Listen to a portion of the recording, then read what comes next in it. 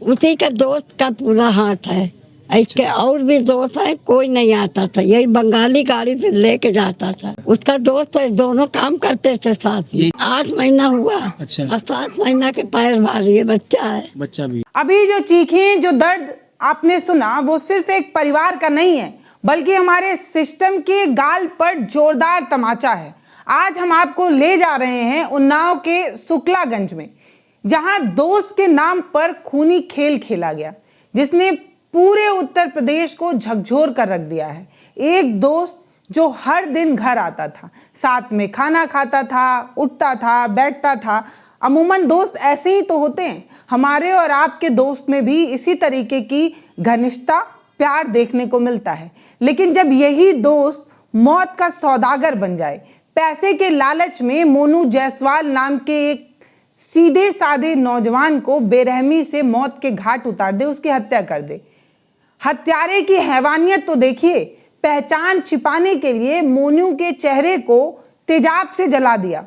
लेकिन ये सिर्फ एक मर्डर की कहानी नहीं है, ये कहानी उस खाकी वर्दी की, उस जिसके दरवाजे पर रोता बिलखता एक परिवार 24 घंटे तक न्याय की भीख मांगते रहा, लेकिन न्याय उसे नहीं मिला। उसे सिर्फ थाने के चक्कर कटवाए गए, हवाई चप्पल घिसवाई गई है, कुछ किया नहीं गया है। आखिर ऐसा क्यों हुआ और इस खौफनाक कत्ल के पीछे की कहानी क्या है, खुद मोनू की बहन से सुनिए। संडे के दिन अपने दोस्त बापन के साथ गया था। उसके बाद एक बार घर आया, कुछ चीज़ें लानी थी घर की, रख के फिर उसके बाद फिर चला गया। फिर थोड़ी किसी से बहस हो रही थी पैसे को लेकर के, किसी से बहस हो रही थी, तो उसने ड्रिंक किया। ड्रिंक करा, इतना नहीं, थोड़ा बहुत। ये बात उसके साथ वाले दोस्त ने ही बताया था। उसके बाद उसके साथ जो है, उसने जब ड्रिंक कर लिया तो उसको कुछ याद आया कि मैंने जो पैसा दे रखा है, मुझे ज़रूरत है, मुझे मेरी वाइफ का मायके छोड़ने जाना है, तो मुझे ये चाहिए। तो उसको याद आया, तो कहने लगा कि मैं अपने पैसे को मांगने के लिए उससे कॉल किया। काफ़ी टाइम से वो टाल रहा था, बहुत पहले का पैसा लिए हुए था। तो उसने कॉल किया, फिर उसने मना कर दिया, तो उसने फिर उससे बहस हो गई, गाली गलौज हो गई दोनों की। जिस समय गाली गलौज हो रही थी, दोनों दोस्त उसका बाइक चला रहा था, वो पीछे बैठा हुआ था। उसका कहना है कि मैंने सारी बातें सुनी, लेकिन जब तुमने सारी बातें सुनी तो उस लड़के का नाम क्यों नहीं सुना। हम लोगों ने उससे पूछा कि किससे बहस हो रही थी, बहुत पूछा, लेकिन उसने नहीं बताया। पैसा देने की बात हमें नहीं पता, लेकिन जब संडे को लेने गए, हम लोग को बिल्कुल मालूम नहीं है। कैसे पता लगा? उसका दोस्त बता रहा था। और हफ्ता भर से लड़ाई मुआचाई हो रही है, लेकिन इसने नहीं बताया। उसको छोड़ के आया, बहसा हो रहा था कि इसको लेके आना चाहिए कि पिए खाए हो, चलो सुबह आएंगे, लेकिन इसने वहीं छोड़ दिया। तभी मेरे लड़के की मौत हुई है। एक कब शादी हुई थी आपके बेटे की? कौन बताओ? आप बताइए, हम बात करेंगे उनके लिए भी। कितना? अभी 7-8 महीना हुआ। अच्छा। और 7 महीना के पैर भारी है, बच्चा है। बच्चा भी है। हाँ यानी अभी हाल में ही शादी हुई थी? हाँ, अभी हाल में हुई है। अच्छा, पहले कभी किसी झगड़ा वगैरह हुआ हो, जैसे आपको याद हो? किसी से नहीं भैया, झगड़ा वगड़ा तो ये तो आम बात है, होती ही रहती है किसी में, लेकिन मोहल्ले में किसी से नहीं। मोनू की बहन और उसका परिवार पूरी रात भटकता रहा। जब वो उस जगह पहुंचा जहां मोनू को आखिरी बार देखा गया था, तो उनके पैरों के नीचे की जमीन ही खिसक गई। जमीन और दीवारों पर खून के छींटे थे, तेजाब के निशान थे। ये बताने से ही आप समझ गए होंगे कि यहाँ पर कितना हैवानियत की गई है, कितनी दर्दनाक तस्वीर रही होगी। आपको बता दें कि दोस्त द्वारा हत्या का ये कोई पहला मामला नहीं है, जिसमें दोष की हत्या और तेजाब डालकर चेहरा जलाना अपराध की दुनिया का ये जाना माना पैटर्न बन चुका है। अगर आपको याद हो तो कुछ साल पीछे मुड़कर जब आप देखते हैं तो ऐसा ही दिल दहला देने वाला मामला सामने आता है। उत्तर प्रदेश के ही कानपुर उन्नाव बॉर्डर पर 2021 में लखनऊ में भी ऐसा ही एक घटना सामने आई थी। तो ऐसी तमाम घटनाएं होती रहती हैं जहां पैसे के लेन देन में दोस्त ही दोस्त के हत्या का कारण बनता है, पहचान मिटाने के लिए चेहरे पर एसिड डाल देता है। ऐसी कितनी ही खबरें हो चुकी हैं। अपराधी कानून से बचने के लिए सेक्शन 201 सबूत मिटाने का सहारा लेते हैं। मोनू के मामले में भी ठीक ऐसा ही हुआ है।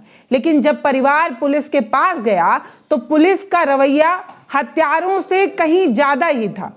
हत्यारों से भी ज्यादा सुन कर देने वाला जो मामला था वो पुलिस वालों का था। सुनिए। आगे भी एक और आदमी आया तो उससे हमको ये पता चला कि इसके आगे इस गांव में जो है एक लाश मिली है। अच्छा, लाश मिली है, उसको तेजाब से जला रखा है। तेजाब से जलाया? हाँ, तेजाब से जला हुआ है।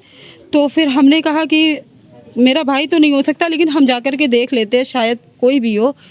हम ढूंढ रहे हैं। आगे बढ़े तो थोड़ी दूरी पे जा कर के कपड़ों की शनाख्त हुई कि उसने लोवर और टी शर्ट पहन रखा था। उसके आगे बढ़े तो मुझे वो बॉडी जिस जगह पे पड़ी हुई थी, बॉडी तो जा चुकी थी, लेकिन मुझे वहाँ पे ब्लड पड़ा हुआ दिखा। तेजाब से जला हुआ ज़मीन पे, दीवारों पे छिट्टे पड़ी हुई थी। ये सब हमने खुद देखा। फिर उसके बाद एक वहाँ का कोई जा रहा था, उसको मैंने उसकी फ़ोटो दिखाई तो उसने बोला 100% यही लड़का था। इस तरह से हमको पता चला, तब हम वहाँ पहचान की गई जी। इस तरह से ऐसा हालत था शव का कि पहचान पाना मुश्किल था। पहचान पाना नहीं, हम सबको देखा नहीं था। वो लोग पुलिस वाले उठा ले जा चुके थे, पर मैं पता करते करते उस जगह पे पहले पहुंची थी, क्योंकि इन्होंने बोला कि मैंने इस जगह छोड़ा है, तो हमने कहा तुम हमको लेके चलो। खून के सबूत सामने थे, परिवार वाले चीख रहे थे, लेकिन हमारी पुलिस सीमा विवाद का खेल खेल रही थी। ये गंगा पार का मामला है, ये फलाने थाने का मामला है, हमारे थाने में केस नहीं दर्ज हो सकती। ये जो लाल फीताशाही है पुलिस में, यही सबसे खराब है। और इसी लाल फीताशाही ने पुलिस ने 24 घंटे बर्बाद कर दिए, जिसमें शायद मोनू की जान भी बच सकती थी और उसे बचाया भी जा सकता था। जब सिस्टम बहरा हो जाए तो जनता को अपनी आवाज सुनाने के लिए सड़क पर उतरना ही पड़ता है, और ये परिवार बहुत हार कर सड़क पर उतरा है। उन्नाव कानपुर हाईवे पर इस बेबस परिवार का गुस्सा जो है वो आप देख सकते हैं। एक परिवार और गुस्साए पड़ोसियों ने 4 किलोमीटर लंबा जाम लगा दिया। प्रशासन के हाथ पांव तभी फूल गए जब चक्का जाम हो गया। पुलिस 24 घंटे से जिस गुमशुदगी की रिपोर्ट नहीं लिख पा रही थी, रिपोर्ट लिखने को तैयार नहीं थी, वो चक्का जाम होते ही आश्वासन देते फिर रही थी। सुनिए कैसे पुलिस की संवेदनहीनता सामने आई है। परिवार को सड़क पर उतरना पड़ा है, और सड़क पर उतरने के लिए मजबूर किसने किया? प्रशासन ने ही तो किया। अब वही प्रशासन कार्रवाई की नौटंकी कर रही है। कार्रवाई होगी इस तरीके का आश्वासन दे रही है। अगर समय रहते कार्रवाई की गई होती तो शायद जान भी बच जाती और सड़क जाम भी नहीं होता। लेकिन अफसोस कि प्रशासन को पैर पे पैर रखने की आदत पड़ चुकी है, और इसी आदत को छुड़ाना बहुत जरूरी है। पुलिस प्रशासन की तरफ से हम लोग को कोई किसी प्रकार की कोई मदद नहीं मिली। जब हम लोग ने धरना प्रदर्शन किया है तब जागी थोड़ा पुलिस, वरना कोई वो अपने पल्ला झड़ जा रहे थे, ये अपना पल्ला झड़ जा रहे। क्या कह रहे थे? वो कह रहे थे कि ये केस जो है थाना छावनी में जाएगा। अच्छा, अदल बदल कर रहे थे कि वहाँ का केस कर रहे थे। हाँ, इधर से उधर भेज रहे, उधर से जब 3 दिन हम लोग इसी में बहुत परेशान रहे। घटना कब किया है? घटना संडे की 26 तारीख की है। शव लेके एक तरह से अब बेटा आपका मिसिंग था, उसके बाद से ये केस रजिस्टर नहीं कर रहे थे? नहीं, बिल्कुल नहीं रही, सिर्फ बहला रहे थे, हम लोग को गुमराह करा जा रहा था। कोई रजिस्टर्ड नहीं कर रहे थे किसी तरीके का। तो आप लोगों ने पूरा सड़क जाम किया? सड़क जाम करा, बस वही हम लोग को एक चारा नजर आया हम लोग को। तो उसके बाद से आप लोगों से प्रशासन से बात हुई है? प्रशासन क्या कह रही है कि हाँ क्या है? यहाँ से जब हम लोग ने धरना प्रदर्शन करा तो उन्होंने आश्वासन दिया कि हम आपको जो है इसकी रजिस्टर्ड करते, इसको इस मुकदमे को लिखा जाएगा, है ना। तो हमारे और भी लोग यहाँ पढ़ते हैं, हमारे जितने भी, तो धीरे से इस चीज को फिर हम लोग ने, टाइम भी हो रहा था शव ले जाने के लिए, तो फिर हम लोग ने जो है भाई आम पब्लिक को बहुत परेशानी हो रही थी, हम लोग नहीं चाहते कि मतलब किसी को तकलीफ हो, तो फिर हम लोग ने रास्ता दिया फिर। अच्छा, ये पोस्टमार्टम रिपोर्ट में क्या आया? अभी उसकी कल रिपोर्ट मिलेगी। कल मिलेगी? कल 3 दिन उसके बाद ही प्रशासन कुछ बयान जी देगा। जी। चक्का जाम खुल गया है, पुलिस ने केस भी दर्ज कर लिया है, लेकिन क्या उस परिवार की रौनक वापस आएगी? मोनू अपने परिवार का इकलौता चिराग था, इकलौता कमाने वाला था। जिस घर की हालत देखिए, पिता एक कोने में पड़े हैं, उन्हें लकवा मारा हुआ है, माँ बीमारी से घिरी रहती है। मोनू की पत्नी जो 7 महीने की गर्भवती है, जिस बच्चे ने अभी दुनिया भी नहीं देखी, उसके सिर से उसके बाप का साया उठ गया। जिस पत्नी के आंसू, मतलब क्या ही बोलूं, उस पत्नी के आंसू पुलिस के उस बड़े अधिकारी से सवाल तो पूछ ही रहे होंगे जो एसी वाले कमरों में बैठकर अपनी ड्यूटी का बखान करते नहीं थकते।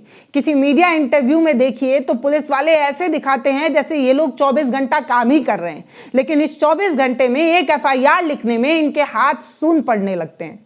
किसी प्राइवेट नौकरी को करने वाला एक लड़का जो 10-20 रुपए जोड़कर घर चलाता है किसी ना किसी तरीके से, उसके जान के बाद इस परिवार का पेट कौन भरेगा, इस परिवार को कौन पालेगा, ये बात किसी प्रशासन को समझ में आती है। जब आपकी किसी लापरवाही से किसी नौजवान की जान चली जाती है तब सिर्फ एक जान नहीं जाती है, पूरा परिवार टूट जाता है। ये बात हमने कितनी बार आपको बता दी, लेकिन ना जाने क्यों प्रशासन के लोग समझ ही नहीं पाते हैं। अरे भाई, आपसे कुछ एक्स्ट्रा करने के लिए नहीं कहा जा रहा है, जो आपका काम है वही काम अगर आप ईमानदारी से कर दें तो ना जाने कितने अपराध थम जाएं, लेकिन आपसे आपका काम ही नहीं हो पा रहा है और आप 24 घंटे सेवा में तत्पर हैं। इस तरीके की नौटंकी और स्लोगन लिखवाते हैं, शर्म आनी चाहिए आप लोगों को भी। सुबह से जब से उसको ढूंढने निकले हैं 9:30 बजे सुबह से, तो हम लोगों ने यहाँ पर गंगा घाट में उसकी तलाश की जानकारी दी।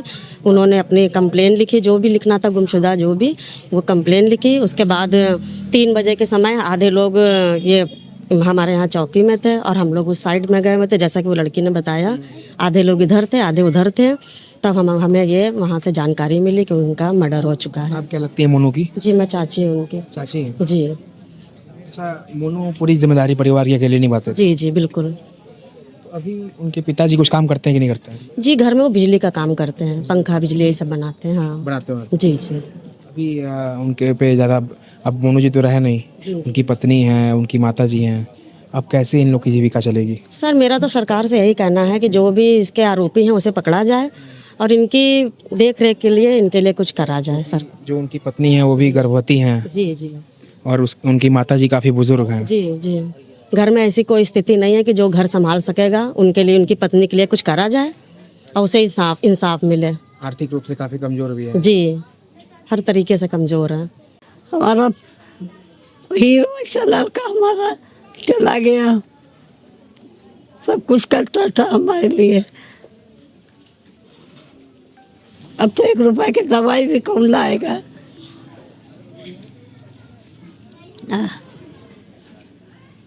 क्या चाहती हैं आप? क्या कुछ चाहती हैं आप? हमारी देवरानी से पूछे हम। हम ये चाहते हैं हमारे परिवार को देखभाल हो और हमारे परिवार को, हमारी बहू को ख्याल, हमारे बच्चों को। हमारा 1-2 लड़के और रहेंगे, वो भी प्राइवेट काम करते हैं, कोई सरकारी नौकरी नहीं है। उनको कोई नौकरी का स्थान दिया जाए, तब तो हमारा लड़के जो हमको देख सके, वरना ऐसे प्राइवेट नौकरी में कुछ नहीं धरा हुआ। 100 कमा लें, 200 कमा लें, उसमें क्या हम लोग पल पाएंगे, क्या बच्चे खा पाएंगे, क्या उनके बच्चे खा पाएंगे। ये चाहते हैं कि हम लोग की तरफ ध्यान दिया जाए। अब जरा सोचिए कि अगर इनके घर में कोई बीमार पड़ जाए तो 1 रुपए की दवाई लाने वाला भी कौन बचा है। ये सवाल सिर्फ मोनू की मां का नहीं है, ये सवाल उत्तर प्रदेश के उस पूरे सिस्टम से है जहां आम आदमी की जान की कीमत कुछ कागजों और फाइल तक सीमित कर दी जाती है। हत्यारा बापन और उसके साथी शायद कल सलाखों के पीछे हो सकता है कि उन्हें पकड़ लिया जाए, लेकिन उन पुलिस वालों का क्या जिन्होंने 24 घंटे इस परिवार वालों को सिर्फ थाने के चक्कर कटवाए? क्या उन पर कोई कार्रवाई होगी कि नहीं होगी? सवाल तो यही है। क्या इस बेबस, लाचार और गर्भवती पत्नी को सरकार कोई आर्थिक मदद देगी या नहीं? हम ये सवाल पूछ रहे हैं। हम आपसे ये कह रहे हैं कि इस वीडियो को देखिए और देखकर आप इस वीडियो को भूल जाएंगे, ये बात हम जानते हैं, लेकिन शुक्लागंज का ये जो परिवार है वो ताउम्र इस दर्द से कभी नहीं निकल पाएगा। अगर आप चाहते हैं कि मोनू जायसवाल को न्याय मिले तो इस वीडियो को शेयर करिए, पुलिस के आला अधिकारियों तक पहुंचाइए। ये चीख उनके कानों तक पहुंचनी चाहिए, सिर्फ पहुंचनी ही नहीं चाहिए, कानों में गूंजनी भी चाहिए। इस पूरे मामले पर आपकी क्या राय है और पुलिस की देरी ही क्या असली कातिल है? आप क्या सोचते हैं ये कमेंट में हमें जरूर बताइएगा और वीडियो को शेयर और चैनल को सब्सक्राइब करना भूलना नहीं है, वो जरूर करिए। बहुत धन्यवाद।